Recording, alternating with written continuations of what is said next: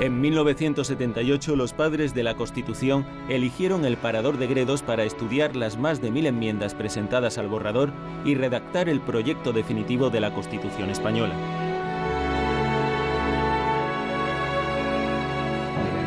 «36 años después, hemos pedido a 4 estudiantes de Derecho que se reúnan en la misma sala de ponentes que entonces ocuparon los padres constitucionales». ¿Qué te parece la Constitución? Hombre, pues es un paso hacia adelante para que el pueblo español podamos vivir mejor. No, de verdad, estoy emocionado, en cierta forma. Un cambio y seguir para adelante, no estar aquí estancados con las ideas antiguas.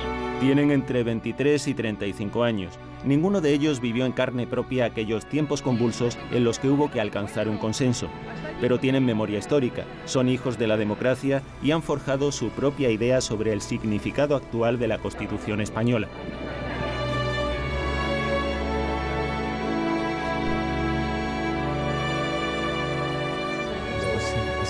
Para mí ese momento, concretamente el de una persona anónima echando el voto, es lo que refleja el resumen de ese proceso constituyente, es decir, que por fin en el año 78 se da un vuelco a lo que habían sido los últimos 40 años. Se había conseguido algo que unos años antes era casi impensable, por si no decir impensable. Impensable Sí, totalmente. absolutamente. De todas maneras, sí que se votó al final los ciudadanos, que vemos la emoción que tenían al votar, es absolutamente comprensible, pero al final votaron un producto ya elaborado.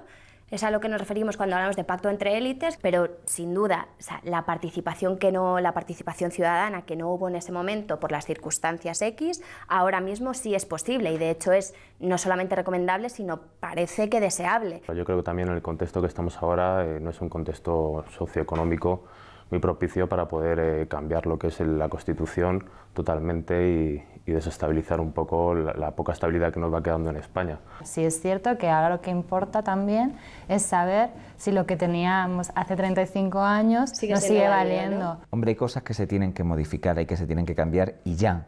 Es decir, no se puede mantener el título 57 de la corona, es decir, el hombre sobre la mujer. Eso se tiene que modificar porque atenta, es decir, a la igualdad de la mujer. El Estado de las Autonomías. El Estado de las Autonomías, cuando se crea el Estado de las Autonomías, posiblemente los padres constituyentes pensaron o creían que era el mejor Estado. Y daba un miedo muy especial hablar de Estado centralista. Quizás es el Estado que nosotros nunca quisimos ni siquiera contemplar por la posibilidad de una continuidad de donde veníamos.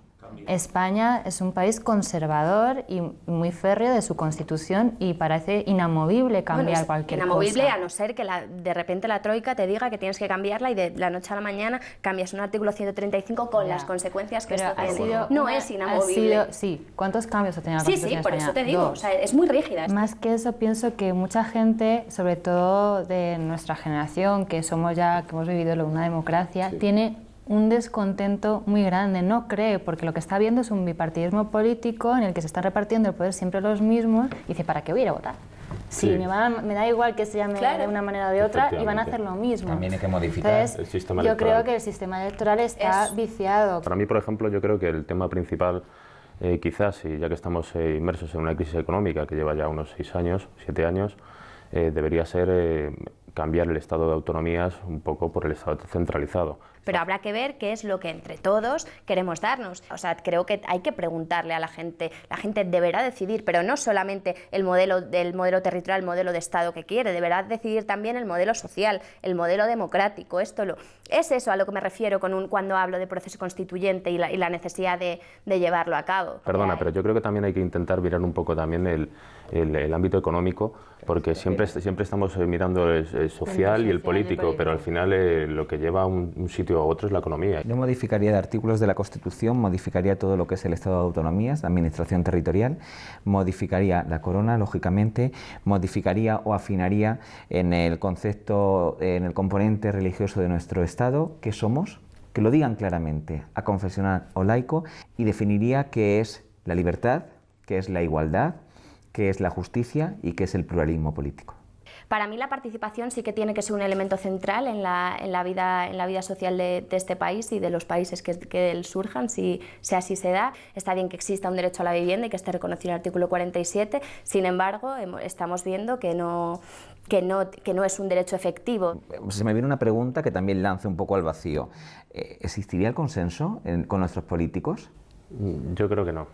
No, yo no creo que sea posible una reforma constitucional porque, más que nada porque parte de la base que tiene que ser los políticos quien promuevan esto. Vale, es posible que no sea, que con estos políticos, lo que decís, que con estos políticos no sea posible, sin embargo creo que con la sociedad que tenemos sí que lo es. Una reforma constitucional, aunque sea de ciertos artículos, lo van a tener que hacer. Yo veo una reforma de la Constitución y pronto, y hago una comparativa con un edificio viejo, antiguo.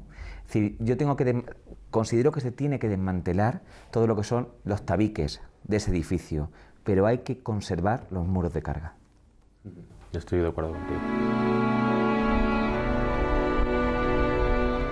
Mientras unos opinan que es el momento de plantearse una reforma constitucional, otros afirman que no es posible sin un amplio consenso previo. En todo caso, el debate debe tener un encaje jurídico.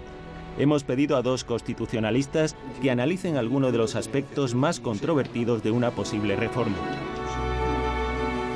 36 años después, ¿la Constitución actual está cumpliendo con su función? Yo creo que la Constitución efectivamente puede tener todavía elementos válidos, pero sin duda puede ser mejorada con una reforma constitucional de puntos concretos que efectivamente resuelvan problemas también concretos. La Constitución es como un espejo en que los ciudadanos tienen que verse reflejados. Y hoy en día los ciudadanos no se ven reflejados en la Constitución que tenemos. Y cuando en algún sector social se habla de proceso constituyente, sector sociopolítico, se habla de proceso constituyente, ¿qué quiere decir eso? En muchas ocasiones lo que se pretende es que efectivamente esta reforma constitucional, reforma de las instituciones, etcétera, tenga una profundidad que prácticamente, digamos, cambie absolutamente lo que se ha hecho durante los últimos 36 años. Quizá en ese sentido es algo exagerado hablar de que sea necesario un proceso constituyente. Yo creo que ahora mismo hay partes en la Constitución que necesitan ser reformadas, por ejemplo, derechos fundamentales, y eso nos llevaría a reforma agravada. Cuando hablan de reforma agravada, para que el ciudadano lo comprenda, ¿qué quiere decir? Básicamente, digamos que es porque hay que disolver las Cortes que han aprobado esta reforma, porque se requieren unas mayorías cualificadas para aprobarla y luego además porque es obligatorio convocar un referéndum. Entonces sí, efectivamente es un proceso sumamente costoso, pero yo lo veo que, en fin, está en la Constitución y no hay por qué tenerle el menor reparo, así se necesita hacer uso de esa reforma agravada. Pero yo quería decir que este proceso es el proceso constituyente, ¿de acuerdo? El proceso constituyente es el mismo que es el que se exige para una reforma agravada de la Constitución, con lo cual, digamos, a lo mejor el tema de constituyente se utiliza en este caso por esta razón. ¿Hasta qué punto la situación que está viviendo Cataluña puede estar condicionando o no esa reforma o esa cautela a la hora de abordar una posible reforma? A mí me parece que es absolutamente necesario que efectivamente haya una profundización del diálogo, pero que las fuerzas políticas planteen también posibilidad de llegar a ese diálogo, es decir, alternativas a sus propias posiciones. Digamos, podemos estar de acuerdo o no estar de acuerdo, pero ahí hay una población muy amplia que está reclamando que se la escuche.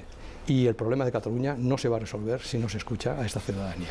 Estamos en el Día de la Constitución. ¿Ustedes ven factible una reforma en el actual escenario sociopolítico? Yo creo que sí, que la Constitución española necesita dar soluciones a problemas que tenemos delante y que por lo tanto necesariamente hay que abordar esta reforma constitucional. Y entonces efectivamente ese consenso tiene que ser muy amplio. Pero yo creo que pensar que la Constitución española va a pervivir otros 36 años sin reforma seguramente no es adecuado. Si no se reforma la Constitución, si la ciudadanía no se encuentra identificada con lo que es la estructura que los organiza y que garantiza sus derechos, el Estado va a hacer aguas, es decir, va a crujir sus propias estructuras, ¿no? Además, las constituciones permanecen porque se reforman. Es una ley de vida constitucional. No hay que tenerle miedo a la reforma constitucional.